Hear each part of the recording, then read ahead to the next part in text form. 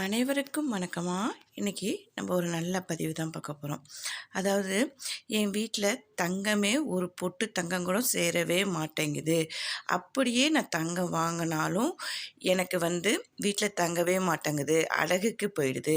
அடகுக்கு போகிற நகை என்னால் திருப்பி மீட்கவே முடிய மாட்டேங்குதுமா அப்படின்னு சொல்கிறவங்களுக்காக தான் இந்த பதிவு. இது பார்த்தாவே உங்களுக்கு தெரியும், ஆவாரம் பூ. இது பார்க்கும்போதே தங்கம் போல் மஞ்சள் கலரில் ஜொலிக்குது.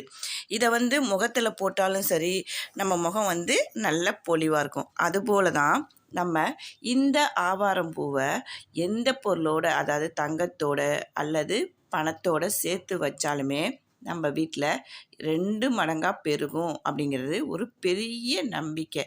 எந்த ஒரு விஷயம் நம்ம பரிகாரமும் செய்ய போகிறதுனாலும் நம்பிக்கையோடு செஞ்சால் மட்டும்தான் அது நமக்கு நடக்கும். அதாவது நம்பிக்கை இல்லாமல் இது செஞ்சு பார்ப்போம், நடக்குதா நடக்கலையா அப்படின்னு செஞ்சோம்னா அது நமக்கே நடக்காமல் போயிடும். அதனால தான் இந்த பதிவு.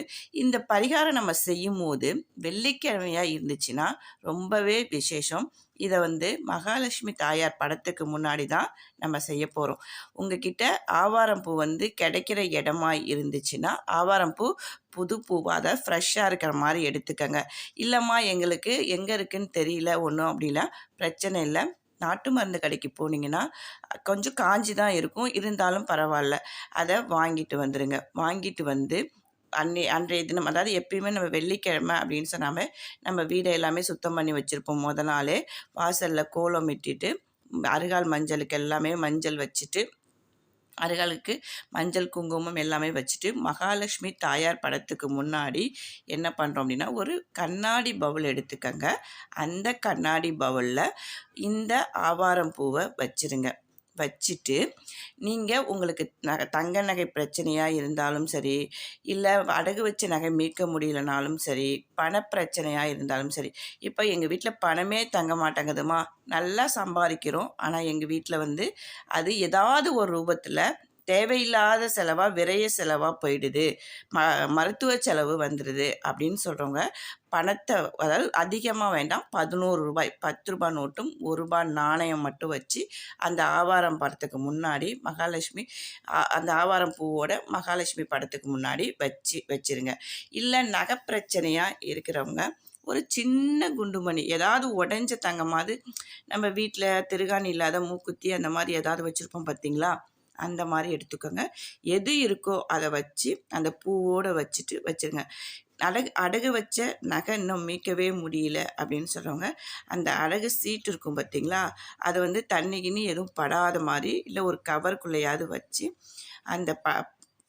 அந்த சீட்டையும் எடுத்து நீங்கள் என்ன பண்ணணும், ரசீதையும் எடுத்து அந்த பூ வச்சுருக்கோம் பார்த்தீங்களா, அதில் வச்சுருங்க. மறுபடியும் சொல்கிறேன், இல்லை தண்ணி எதுவும் பட்டுடுச்சுன்னா அலைஞ்சிரும், அப்போ நம்ம மீட்கும் போது பிரச்சனைகள் வரும்.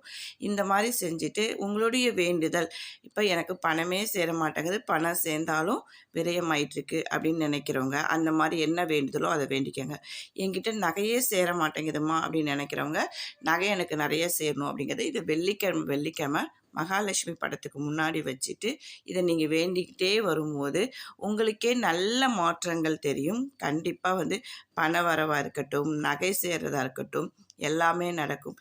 ஏன்னா ஆவாரம் பூ அப்படின்னு சொல்லும்போது ரொம்ப ஒரு மகிமை வாய்ந்தது, உடலுக்கும் நல்லது. நம்ம அதை மேலே பூசும்போதும் நல்ல நம்ம அழகு பெறுவோம். அதுபோல தான் இது எந்த பொருளோடு சேர்ந்தாலும் ஒரு நல்லது நடக்கும் அப்படிங்கிறதுக்காக தான் இந்த ஆவாரம் பூவோடு சேர்த்து நம்ம வைக்கிறோம்.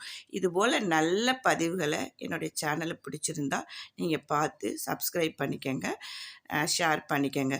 இது மாதிரி என்ன உங்களுக்கு வேணும்னோ பதிவுகள் வேணும், உங்கள் பிரச்சனைகளுக்கான பதிவுகள் வேணும் அப்படின்னாலும் என்கிட்ட கமெண்டில் கேளுங்க, நான் உங்களுக்கு பதிவு பண்ணுறேன். வாழ்க வளமுடன்.